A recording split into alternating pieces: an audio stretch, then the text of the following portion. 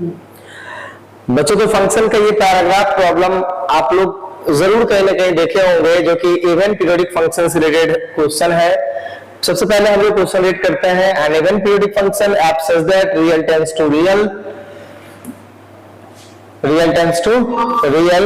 with period 4 is such that f of x is equals to max of mod of x comma x square where x greater than equals to 0 and less than 1, and other is x when x greater than equals to 1 and less than equals to 2।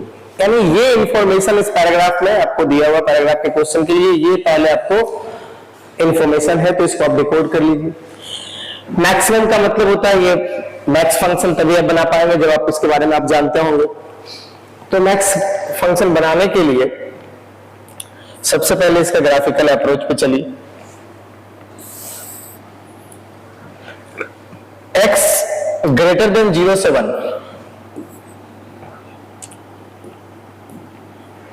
mod x 0 close 1 open.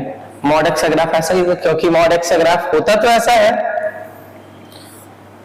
But पूरे whole real number के लिए होता है, लेकिन हमें उसे 0 से 1 तक में ही बताना है, तो ये ओपन होगा और यहां क्लोज होगा, तो इतना सा पार्ट है। और दूसरा जो ग्राफ है यहाँ पे पहले मैंने mod x बनाया, अब मैं x स्क्वायर का ग्राफ बना रहा हूं। तो बेटा याद रहे कि y बराबर एक x की लाइन में ड्रॉ करता हूं और यहीं पे मैं x स्क्वायर का ग्राफ ड्रॉ, तो x स्क्वायर का जो ग्राफ है 0 से रियल नंबर के लिए मैं जब कर रहा हूं, 0 to all positive real number के लिए बात कर रहा हूं इंक्लूडिंग 0, तो वहां जो है ये हमेशा नीचे रहता है। कहां तक?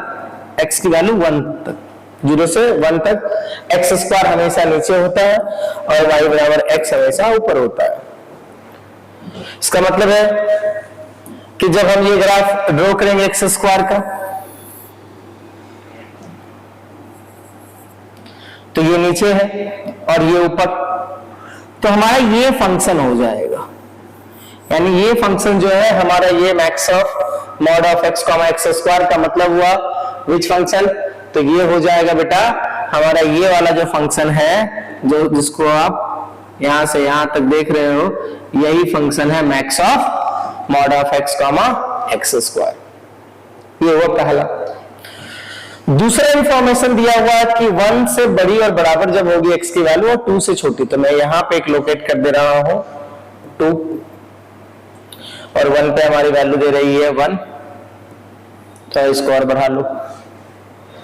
दूसरा y बराबर x, तो ये भी तो हमारा x ही है, ये भी y बराबर x ही है, और y बराबर x की लाइन x बराबर 1 पे इंक्लूडेड 1 है, इसलिए x यहां से स्टार्ट होगा और 2 तक जाएगा और 2 भी इंक्लूडेड है और इसकी वैल्यू 2 होगा। इसका मतलब मेरा जो फंक्शन था ऑरिजिनलिटी में, जो मेरा फंक्शन है वो अब बन के तैयार है। ये 1 है, ये 2 है, यहां 1 है और यहां 2 है, तो ये y बराबर x की ही लाइन बनी। 2 पे वैल्यू 2 दे रहा है, 1 पे वैल्यू 1 दे रहा है। ये मेरा हुआ f ऑफ x का इतना स्टेटमेंट के अकॉर्डिंग ये ग्राफ है। अब ऊपर में जो स्टेटमेंट है ना बेटा, वो है इवन पीरियोडिक फंक्शन। क्या है?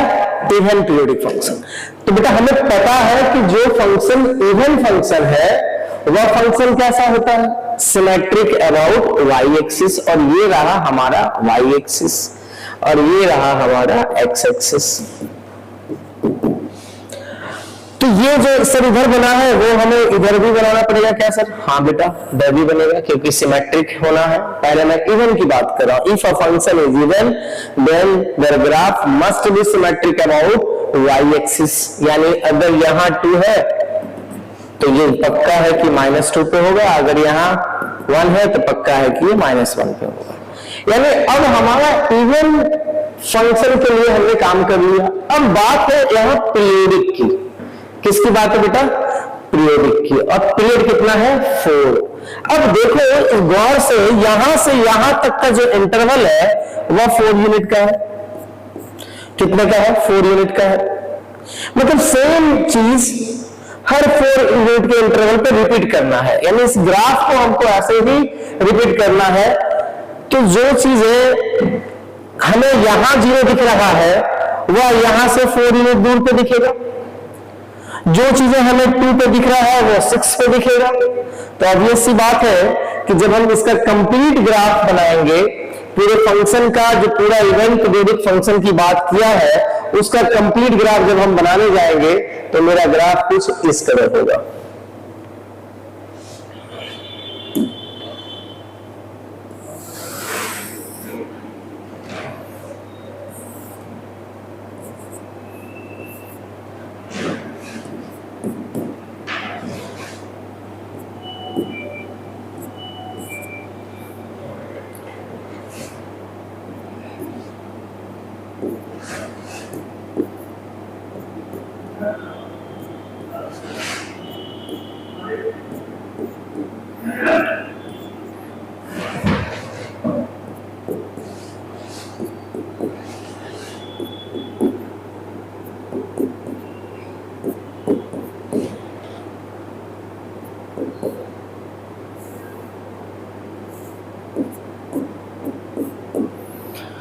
बताया एक्स एक्सिस और वाई एक्सिस ड्रॉ किया हूं। अब देखो ध्यान से कि जो पहले मेरे पास था ग्राफ, वह मेरा ग्राफ ऑलरेडी यहां से यहां तक रिपीट करना है। बी शेप बनाओ, ये 2 पे ही होना चाहिए, है ना, और ये फिर से ये भी 2 पे होना चाहिए। अब आइए, जो चीजें 0 पे 0 हो रही है तो 4 पे अगला बार 0 होगा क्योंकि पीरियोडिक फंक्शन है। तो हमारे ग्राफ को मैं इस पॉइंट को इस पॉइंट से मिला देता हूं, उसी तरह से यहां पे 0 होने वाला है तो इसको मैं इससे मिला देता हूं। तो सिमेट्रिसिटी से फिर से जो चीज 4 पे है वो अब 8 पे होने वाला है, जो चीजें हमारी 2 पे 2 थी तो अब 6 पे वैल्यू 2 होगा। तो यहां पे मैं इसको लोकेट कर देता हूं और यहां पे अब इस तीनों को स्ट्रेट लाइन से मिला दीजिए। फिर उसी तरह से 6 -4 6 और इधर जाके हमें थोड़ा सा 8 तक जाना होगा बेटा, जरूरत है हमें 8 की, तो थोड़ा सा अपने जरूरत के अकॉर्डिंग मैं यहां पे -8 लिख दे रहा हूं नेगेटिव एक्स एक्सिस साइड में। तो यहां पे भी अब हमारा वैल्यू कितना होने वाला है 0 और -6 पे कितना होने वाला है 2। फिर से मैं इसको मिला दिया। तो ये जो मेरा ग्राफ बना ना बेटा, ये कंप्लीट ग्राफ बना हमारे फंक्शन का according to the given condition, terms and condition. जितने कंडीशन है उसके अकॉर्डिंग मैंने ग्राफ फंक्शन का ग्राफ ड्रॉ कर दिया। यानी अब एक्चुअल में जो हमारा फंक्शन है वो ये है। आफ्टर डिकोडिंग फंक्शन हम किस तरह से रिप्रेजेंट करेंगे, और ये सारी स्ट्रेट लाइन में है। तो ये हमारा क्या होगा बेटा, ये हमारा जो होगा वो x है, ये हमारा क्या है x है, और ये क्या है ये -x है। तो क्यों, क्योंकि स्लोप नेगेटिव है, इसका स्लोप जिसका इसका पहले स्लोप जिसका इसका नेगेटिव आप पहले उसको -x लिख लीजिए, जिसका स्लोप पॉजिटिव उसको +x लिख लीजिए। सबसे अच्छा तरीका समझाता हूं। इसका स्लोप पॉजिटिव है तो +x लिख लीजिए, इसका स्लोप नेगेटिव है तो -x लिख लीजिए, इसका स्लोप पॉजिटिव है तो +x लिख लीजिए। अब देखिए जहां जहां ये 0 हो रहा है, यहाँ 4 है, 4 पे ये 0 हो रहा है, तो अब x की जगह आप 4 रखेंगे तो -4 आएगा, तो ऑब्वियस सी बात है -x + 4 करना होगा। ठीक है, ये माइनस है बेटा, थोड़ा सा बेंडी टाइप का दिख रहा है तो उसको मैं डिलीट कर दे रहा हूं। तो -x + 4। अब x की वैल्यू यहाँ पे 4 रखोगे तो 4 और होना क्या चाहिए 0, तो आप अपने मन से इसको -4 कर दो। -x, x की पे 8 रखेगा तो -8, तो यहाँ क्या होना चाहिए +8। अब आ जाइए इस तरफ, x की वैल्यू यहाँ पे -4 रखोगे तो -4 हो जाएगा, तो यहाँ क्या होना चाहिए +4।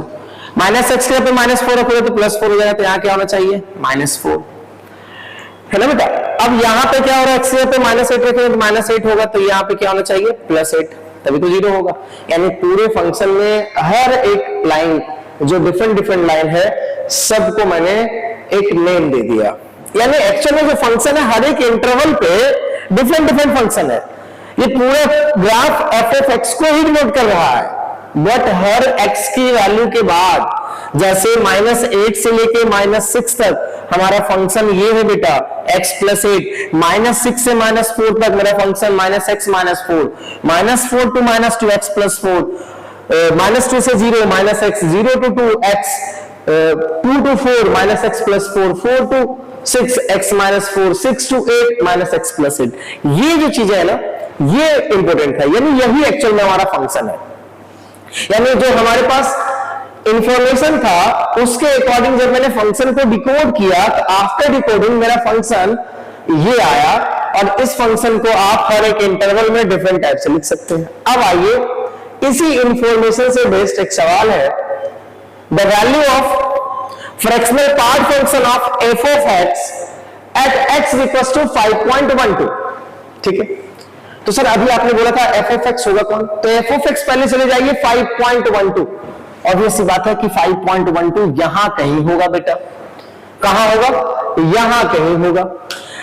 यानी सर हमारे लिए जो फंक्शन है f of x इस क्वेश्चन के अकॉर्डिंग जो यहां पे सवाल दिया हुआ है x इक्वल टू 5.12, उसके लिए जो हमारे पास फंक्शन होगा वह होगा x माइनस 4। यानी रेस्ट जितना आपको दिख रहा है वो हमारे लिए फंक्शन का काम ही नहीं करेगा। क्यों? क्योंकि हमारे पास जो x है वो क्या है 5.12, और 5.12 के लिए जो मेरा फंक्शन है वह है x माइनस 4।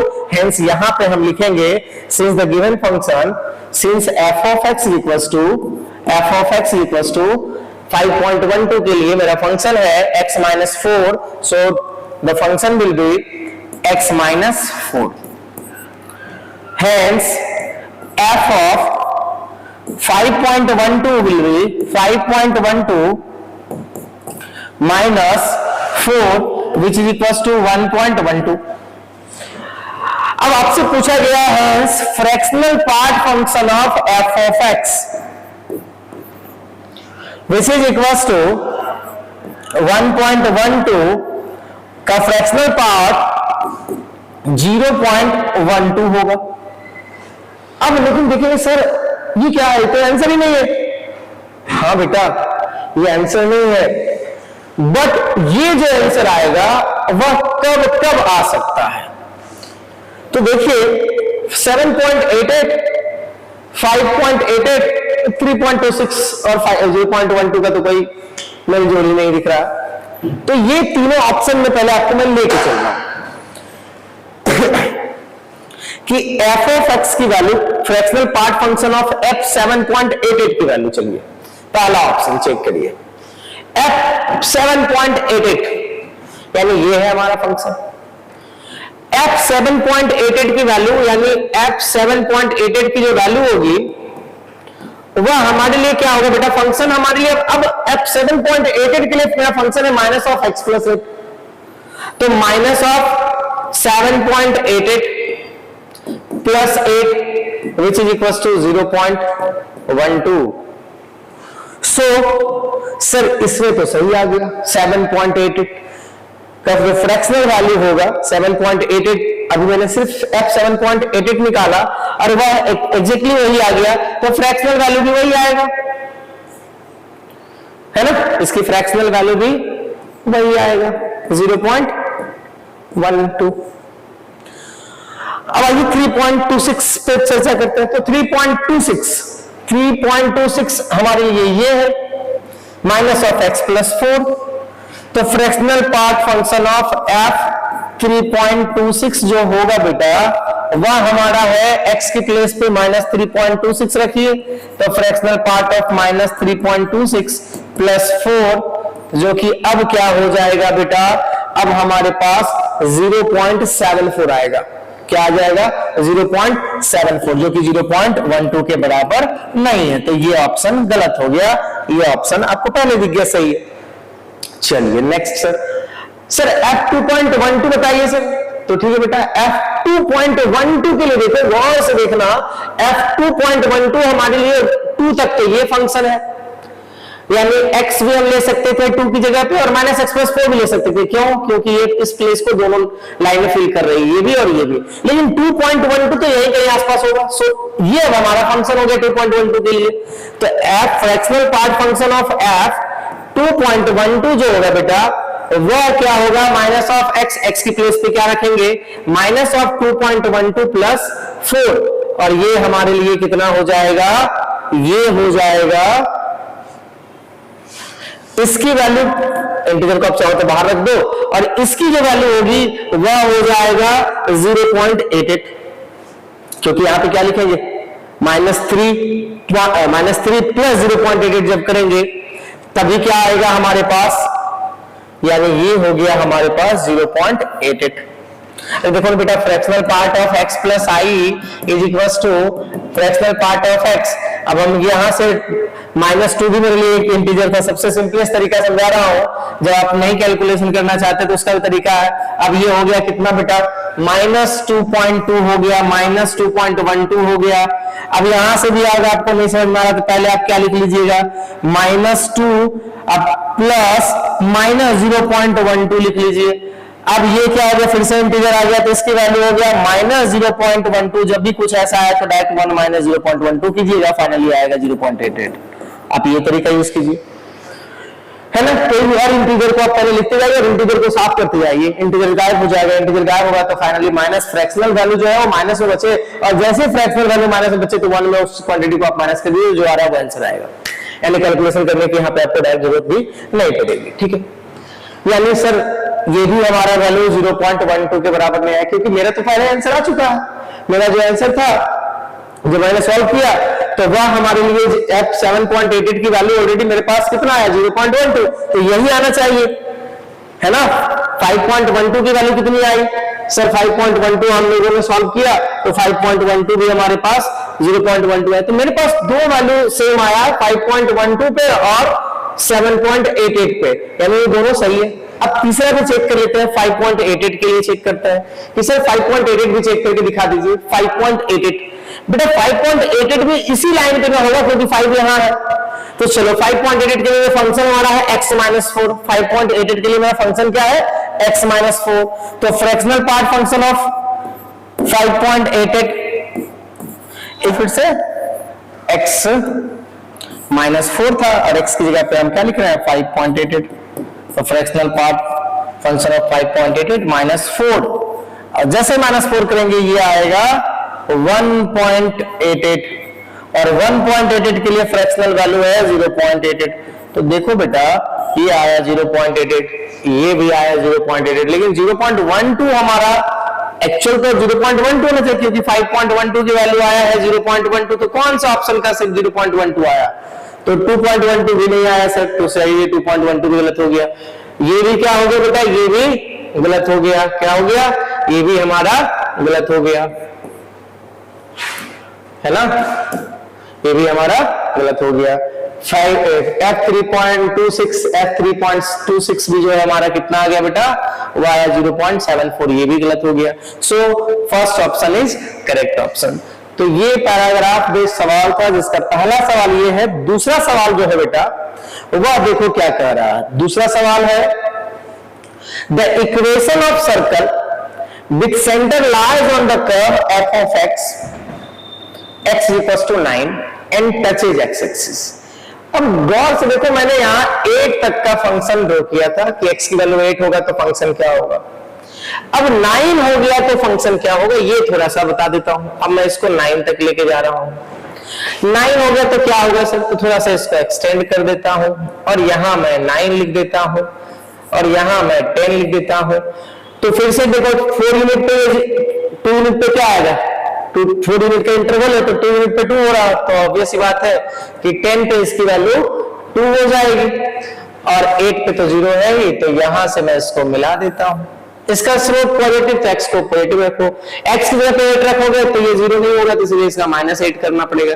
यानी अब हमारे पास जो फंक्शन है वो 9 के लिए, जब इनपुट में 9 होगा, अब क्यों 9 होगा, तो x की वैल्यू 9 का है यूज किया है, तो हमारा जो f of x होगा वह f of x क्या होगा बेटा, वह होगा f of x is equals to x minus 8।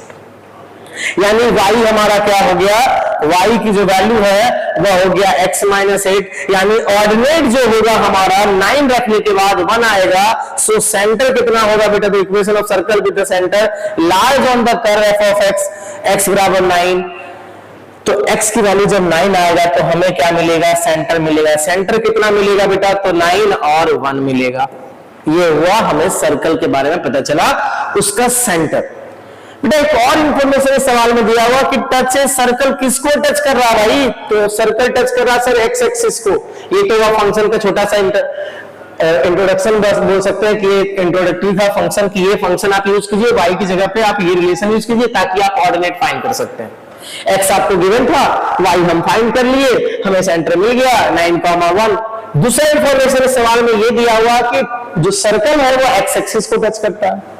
Circle जब हमारा एक्स एक्सिस को टच करे बेटा, तो एक ही इंफॉर्मेशन आपको पता होना चाहिए कि अगर यहां पे h, k है तो रेडियस के बराबर होता है अगर एक्स एक्सिस को सर्कल टच करे तो।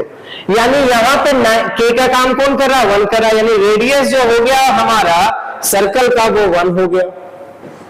अब आ जाइए equation of circle x minus x1 where x1 is abscissa of the centre which is 9, x minus 9 का whole square plus y minus y1 ordinate is 1, so y minus 1 whole square is equals to r square, r is also 1 का whole square। अब यहां से जो आएगा बेटा वो क्या आएगा, यहां से हमें मिल गया x square minus of 18x plus 81 plus y square minus 2y plus 1 is equal to 1। ये 1 और ये 1 कैंसिल हो गया। यहां से आप इसको अच्छे से अरेंज कर दीजिए, एक्स स्क्वायर के बाद वाई स्क्वायर लिखिए माइनस 18 एक्स लिखिए माइनस 2y लिखिए, अब प्लस 81 लिख दीजिए। इसकी जो इक्वेशन है वह उस सर्कल का इक्वेशन है जिसका सेंटर 9,1 है और रेडियस 1 है। इसका मतलब देखिए कौन सा ऑप्शन करेक्ट होगा, एक्स स्क्वायर प्लस 18x तो ये तीनों में है, माइनस 2y इसमें है और 81 भी है, so C option is correct option. यानी